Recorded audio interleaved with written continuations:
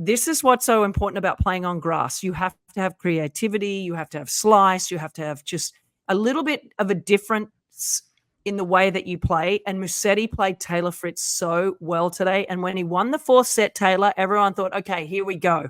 But Musetti came out in the fifth set and he showed that beautiful variety. The break point at One Love was so good, the way he played that. And Taylor just looked really uncomfortable playing a guy with variety. So I ask you, does he have a chance to beat Novak Djokovic in the semifinals? We see the last time they played on Philippe Chatrier, Novak won 6-love in the fifth set. Is it a different matchup on grass? Yeah, but no, he has zero chance to beat Novak. But having said that, if you would have asked me, does he have a chance to beat Taylor? Does he have a chance to beat Taylor Fritz? I would have said zero chance. I even texted you. I bet my house that Taylor wins this in 3 sets. I know. Does that mean that I can move into your house tomorrow? Yeah, my house is your house now. But you said it spot on. The more I started watching it, I was like, Musetti is playing him perfectly. Yeah. When Taylor's in the middle of the court bashing the ball, he's one of maybe the best player in the world. But Musetti was bringing him in, using the drop shot a lot, moving around with the slice, putting Taylor in like awkward positions where he was having to hit the ball, from his ankles, and then one high, and then moving in. And it was a fun match to watch. It was a really tactically speaking, Musetti played Taylor absolutely perfect, and he proved me wrong, and I was really impressed with the way he played. Yeah, I mean, the one-hander's back. What are these people saying about the one-hander being dead?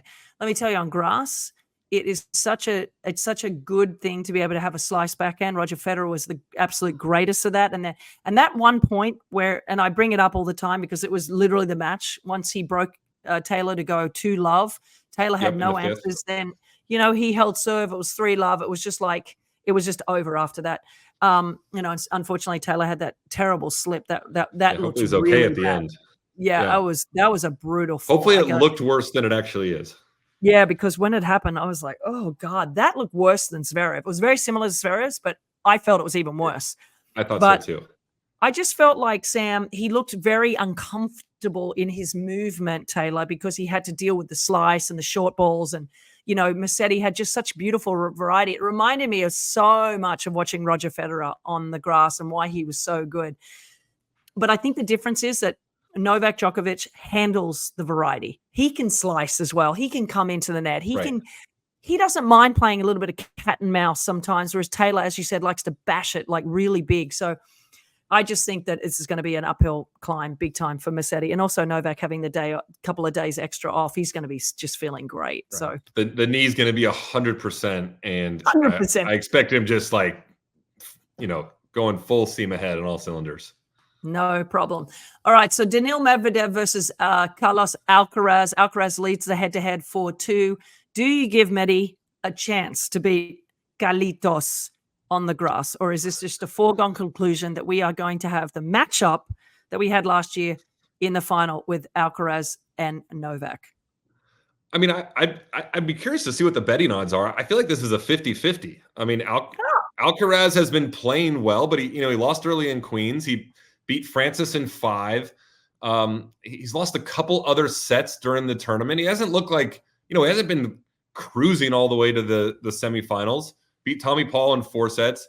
And Medvedev, like we said earlier, he came out of the quarter of fire, with all the best players. And so he's going to be feeling good. So this is a 50-50 match for me.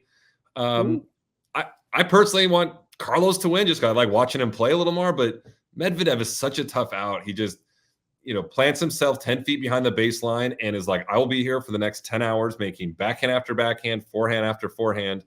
But we'll see. I expect it to be a good match and at 50-50 in my eyes. Well, the Carlos Alcaraz betting odds are minus 310 and Medi is plus 245. So you taking a bet on Medi? Yeah. I mean, look, I've never bet on tennis, even though I probably could now that I'm retired. I would bet on Medvedev. If I could, but would you? Or are you going Carlos is like a favorite? Mate, I stick with who I picked to win the tournament. And who did I pick to win the tournament? Carlitos and Rybakina. No, you're looking good. Real good, my friend. Real good. Listen, Carlos to me is looking great. I think he's so comfortable out on that court. He's so good at being able to vary his shots, come into the net, hit the drop shot, which he'll use a lot against Medvedev. I just think Medi mentally doesn't feel great playing against Alcaraz. He feels good playing against Sinner, which is why he plays him tough. Even though he lost to him in the Australian Open final, I think he was absolutely dead going into the final. Yeah. And I think that's why he beat him yesterday, even though I think Sinner was also a little hampered and not feeling great at all. Let's get to the ladies. I expect Carlos to be in the final against Novak. That's my picks for the men's.